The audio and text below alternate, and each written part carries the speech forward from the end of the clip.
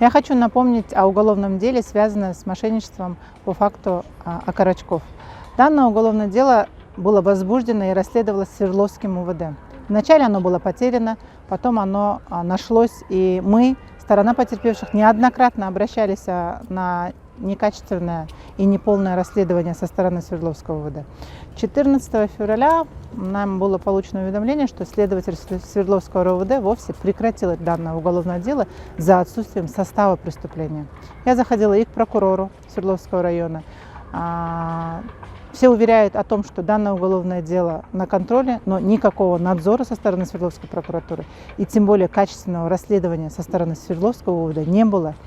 Они прекратили данное уголовное дело, что состава преступления нет по части 2. Что это означает?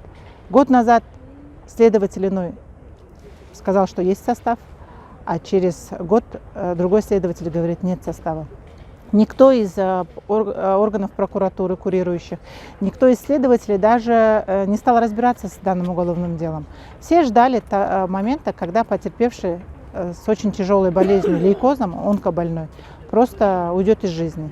Вчера, в воскресенье, потерпевший по данному уголовному делу Бакушев умер. Он скончался, и буквально в пятницу мы получили это постановление, не дождавшись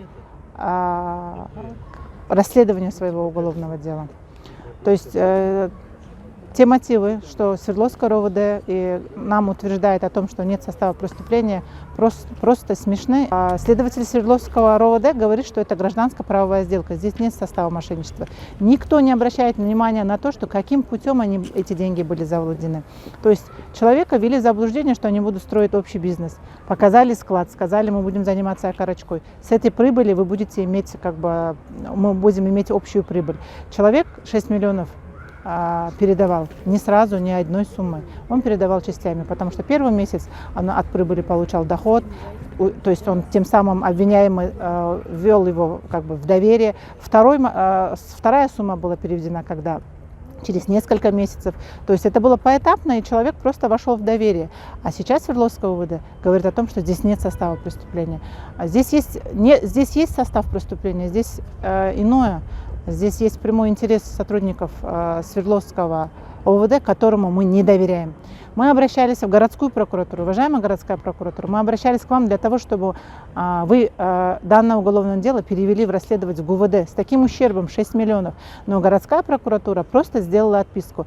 Когда желают наши властимущие, они хотят, и уголовное дело берут на контроль. Когда не желают, мы получаем вот такую отписку. Я не буду останавливаться, и уголовное дело на этом не завершается. Мы процессуальные действия все со своей стороны будем выполнять.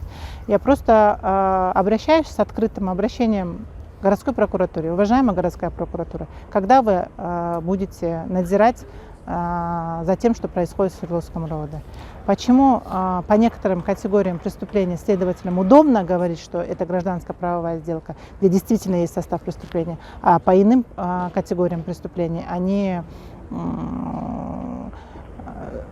заявляя свой прямой интерес, просто направляют дела в суд. Это уже сложившаяся практика, что преступления категории мошенничества для следователя, когда им неудобно, когда они не желают, просто проводить на плоскость, что это гражданско-правовая сделка. Здесь нужно расследовать четко и рассматривать вопрос умысла и внимательно читать все следственные документы.